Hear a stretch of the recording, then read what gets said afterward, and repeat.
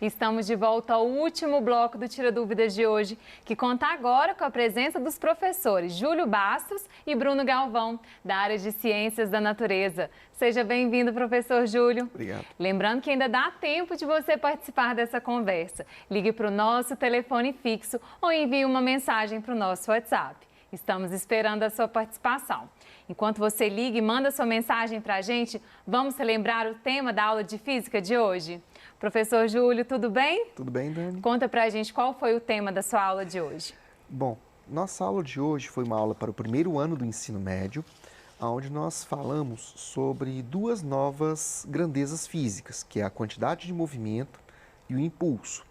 Eu mostrei a relação que existe entre essas duas grandezas com a segunda lei de Newton, com a equação força igual a massa vezes aceleração, e mostrei também um pouco sobre como funcionam as colisões ou choques entre partículas.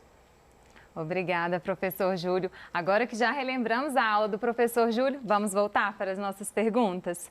Nossa próxima pergunta veio do município de Contagem. A estudante do primeiro ano é a Alexia Yahana, da Escola Estadual Padre Camargos. Professor Júlio, me explique novamente sobre fórmula de impulso, força resultante, energia cinética e dinâmica, por favor. Poxa, obrigado, Alexia. Muitas dúvidas. São tantas perguntas, né? Bom, eu vou usar o flipchart para explicar isso, porque são algumas deduções que a gente vai ter que fazer aqui, né?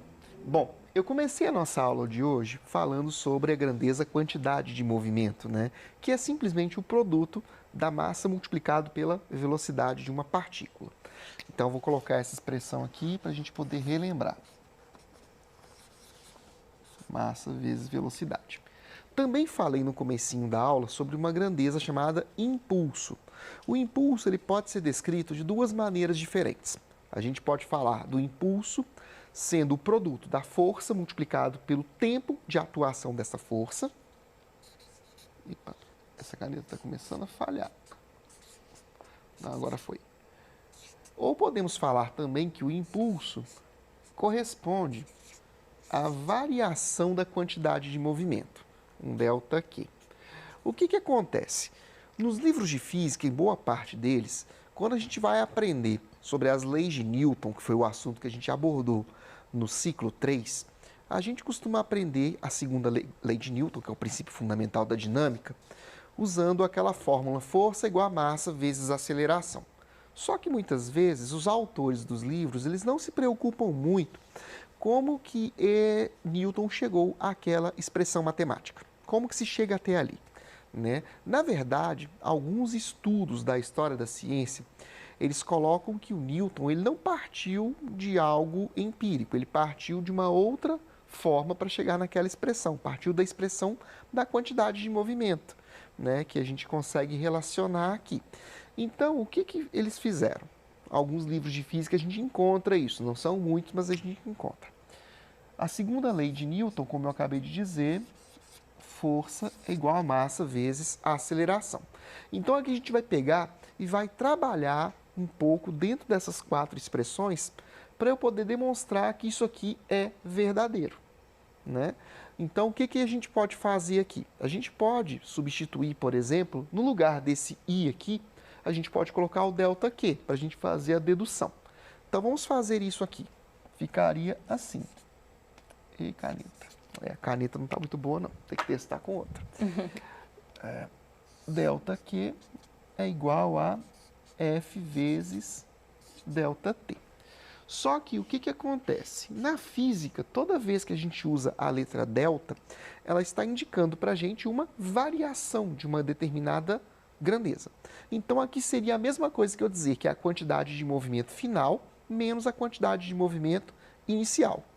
O F que está aqui é o mesmo que a gente já conhece daqui, de força, né? Que é massa vezes aceleração. Então, vamos fazer algumas adaptações ali. Vai ficar assim aqui agora. Quantidade de movimento final menos quantidade de movimento inicial, que é igual a massa vezes aceleração vezes variação de tempo, né? Bom, o que a gente pode lembrar aqui? Quantidade de movimento não é massa vezes velocidade? Então, a gente vai substituir aqui, colocando massa vezes velocidade final, menos massa vezes velocidade inicial aqui, tá? Então, eu vou fazer isso aqui do lado de cá para a gente poder ver. Vai ficar massa, velocidade final, massa, velocidade inicial. Do lado de cá, massa vezes aceleração vezes ΔT. Mas aí, o que eu posso fazer? Eu tenho m aqui e aqui. Eu posso usar um recurso matemático de fatoração, colocar o m em evidência, a massa, né? Então, vai ficar assim. M, que é igual a VF menos VI, é igual a M vezes A vezes ΔT, né? Bom, o que nós temos aqui, gente? Se a gente olhar para os dois lados da expressão, nós temos duas coisas que são idênticas, embora não pareça muito, mas são idênticas. Por quê? Velocidade final menos velocidade inicial corresponde à aceleração, ok? Aqui eu tenho aceleração. Então, a única coisa que sobrou diferente aqui, para nós, foi o tempo. Então, eu posso falar, no final das contas, que isso tudo que está escrito aqui em cima é verdadeiro, tá? Aqui eu só estou mostrando um pouquinho de dedução, tá? Bom, para a segunda parte da pergunta que a Alexia nos fez, que fala um pouquinho sobre energia cinética e... Energia cinética e dinâmica. E dinâmica. Bom, isso. Na verdade, eu vou deixar essa segunda parte para a gente responder um pouco mais para frente. Eu só vou dar uma pequena adiantada. Energia cinética não tem a ver com essas expressões, não. Energia cinética tem relação com o movimento de uma partícula. Toda vez que a gente fala de movimento, a gente fala que ela tem energia cinética, ok? E talvez o que você chamou de energia dinâmica, você deve ter confundido com o atrito dinâmico e atrito cinético. Talvez seja isso, porque não existe essa energia dinâmica, tá bom? Mas aí depois a gente pode buscar um esclarecimento melhor quando eu for falar de energia. Aí sim dá para eu falar de energia cinética, energia potencial e várias outras que aparecem aí, que a gente descreve na física, tá bom? Eu espero ter respondido a sua pergunta. Ok, vamos voltar para o telão. Nossa próxima dúvida é uma dúvida de 9º ano. Professor Bruno, o que significa dizer que uma célula é diploide? Ok. Vamos pensar assim. Então, você tem a célula, você tem o núcleo da célula. Nós vimos na aula que dentro desse núcleo você tem DNA. E esse DNA ele é dividido em vários cromossomos. Nós, seres humanos, temos 46 cromossomos. Só que esses 46 cromossomos, eles não são todos diferentes uns dos outros. Eles são aos pares, são 23 pares. E cada par de cromossomo, ele vai carregar características, os mesmos tipos de características. Não quer dizer que eles são idênticos, não. Eles estão aos pares porque se eu tiver aqui, esse dedo aqui meu representar um cromossomo, e aqui nesse ponto desse dedo eu tiver aqui um código que é para a cor dos olhos, o par dele também nessa mesma posição também vai ter um código para a cor dos olhos. Então, quando eu tenho cromossomos aos pares, eu estou falando de uma célula que então ela é diploide. De 2, né? Porque ela tem pares de cromossomos, que é o contrário de uma célula haploide, que ela não tem par. Ela vai ter só um tipo de cromossomo daquele, carregando aquele tipo de informação. Então, essa é a ideia de célula diploide, inclusive eu falei da haploide. Obrigada, professor Bruno. Vamos voltar para a próxima. Nossa próxima dúvida é de ensino médio, é uma dúvida de 1º ano. Por que determinados acidentes em corridas não são fatais, mesmo acontecendo em altíssima velocidade? Bom, boa pergunta, né? Porque muitas vezes a gente associa o fato de você ter um ferimento mais grave ou até mesmo mortes quando você pensa na velocidade em que acontecem essas colisões.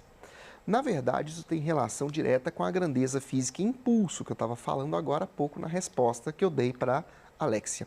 Né? O impulso ele pode ser determinado como sendo o produto da força multiplicado pelo tempo, pela variação de tempo aonde essa força foi aplicada. Quando a gente pensa em uma colisão, um acidente de carro, por exemplo, dependendo do tempo em que acontece essa desaceleração, lembrando que força é massa vezes a aceleração, então, se nós pensarmos num processo que acontece num período de tempo maior, você vai ter um impulso maior, certo? Tendo um impulso maior, isso pode ter consequências mais graves, para o organismo do ser humano. No caso das colisões que foram citadas ali na pergunta, algumas delas acontecem com uma pancada muito rápida, de curto período de tempo. E por causa desse curto período de tempo, você vai ter um impulso que é pequeno. O impulso sendo pequeno, ele pode não produzir um dano considerável para o ser humano. Essa é a explicação. Ok, vamos para a próxima. Nossa próxima dúvida também é para você, professor Júlio. Qual a diferença entre colisão elástica e inelástica? Boa pergunta. Quando a gente fala de colisão ou de choques, a gente classifica essas colisões entre dois grupos. Colisões elásticas e inelásticas. Alguns falam parcialmente elástica ou parcialmente inelástica. Bom, uma colisão elástica, ela tem como característica a conservação da energia mecânica. Vou voltar a falar um pouquinho sobre a pergunta que a Alexia nos fez, né? A gente vai extrapolar um pouquinho o que está no PET para poder responder a pergunta. Toda colisão, não importa se ela é elástica ou inelástica, a gente tem a quantidade de movimento sendo conservada. Ou seja, a quantidade de movimento antes da colisão tem que ser igual à quantidade de movimento após a colisão. Isso quer dizer o quê? Que normalmente a relação de massas e velocidades antes e depois da colisão, elas vão sofrer variações. Você pode ter, por exemplo, uma situação onde a velocidade que uma partícula possui será transferida para o outro corpo, ou se os dois objetos estiverem se movimentando em sentidos opostos, você vai ter uma inversão dos valores das velocidades após a colisão. É um exemplo de colisão elástica. No caso da colisão inelástica, você pode ter as mesmas coisas, só que aí você vai ter algumas modificações nos valores das energias antes e depois. Tá? As energias cinéticas, que eu citei agora há pouco, que tem a ver com o movimento. Então, vamos pegar um exemplo prático para a gente entender um pouco melhor isso. Provavelmente você, ouvinte, deve ter na sua casa uma bolinha ou de plástico ou de borracha.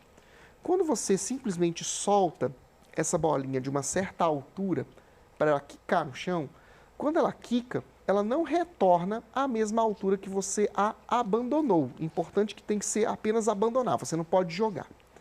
Você percebe isso porque ali aconteceu uma colisão inelástica ou parcialmente inelástica, a gente pode falar assim, porque parte da energia que essa bolinha tinha de movimento, ela, ao bater no chão, transformou-se em som e calor, naquele caso. Então, essa parcela de energia que se transformou em som e calor, ela não vai permitir com que a bolinha volte na subida numa mesma altura de início. Tá? Numa colisão elástica, a gente considera que essas perdas de energia por som ou por calor, elas sejam praticamente iguais a zero. Então, a gente diz que a velocidade antes e depois costuma ser igual. Obrigada, professor Júlio. Vamos para a próxima. No telão, nossa próxima dúvida é uma dúvida de 8º ano. Professor Bruno, para que serve a adrenalina? Ok. A gente costuma falar muito de adrenalina, né? Quando vai numa montanha-russa, vai fazer um esporte mais radical, né, professor? Adrenalina digitar no Tira Dúvidas, na Adrenalina estreia. aqui, né? Eu sou mais medroso, então não me arrisco muito, não. Mas então a adrenalina é um hormônio que está relacionado com o preparo do nosso organismo para enfrentar o perigo, ou para correr mesmo. Você não espera, por exemplo, estar andando numa cidade e de repente você virar a esquina e dar de cara com uma onça, apesar de que há relatos disso aí, né? E aí você está andando na cidade, de repente você vê uma onça, aí você sente aquele frio, você fica branco, pálido, né? As pessoas, nossa, você ficou pálido de susto. Aquela palidez tem a ver com o efeito da adrenalina. A adrenalina ela vai causar a constrição dos vasos sanguíneos, principalmente na região da pele, então vai ter menos sangue ele correndo, aí você vai ficar pálido. Vai direcionar esse sangue, levando inclusive nutrientes mais para os seus músculos. Por quê? Porque naquele momento ali, meu amigo, você precisa correr e ter muita força nos músculos. Então a adrenalina está relacionado com isso, Daniel. Com o nosso preparo para a fuga, ou quando a gente leva um susto, uma situação de perigo, o nosso organismo precisa usar o máximo de energia possível num tempo muito curto. E, inclusive, a ação da adrenalina ela é muito curta, é muito rápida. Então, essa é a função da adrenalina, basicamente. Obrigada, professor Bruno. A nossa próxima pergunta veio do município de Juiz de Fora, é da estudante do primeiro ano, a Letícia, da Escola Estadual Francisco Bernardino. Professor Júlio, você falou que na colisão parcialmente inelástica, parte da energia se perde em forma de som ou calor, mas as colisões elásticas também fazem barulho. Então, por que nesse caso os corpos não perdem velocidade? Obrigado, Letícia, está sempre participando com a gente aí. Parece que eu adivinhei meio sem querer, né, a sua pergunta, porque eu acabei de falar um pouco sobre isso na resposta da pergunta anterior. No caso das colisões elásticas, a gente considera que a perda que houve de energia mecânica em transformação de som e calor, ela é praticamente igual a zero. Então, por isso que a gente fala na colisão elástica que a velocidade antes e depois ela é igual. Tá? Já numa colisão parcialmente inelástica, essa perda é muito mais evidente. Então, é por isso que a gente acaba dando essa diferenciada entre um caso e o outro. É apenas por isso. Obrigada, professor Júlio.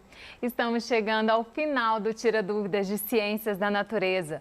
Ficou alguma dúvida? Acesse o aplicativo Conexão Escola e envie sua pergunta diretamente para o seu professor.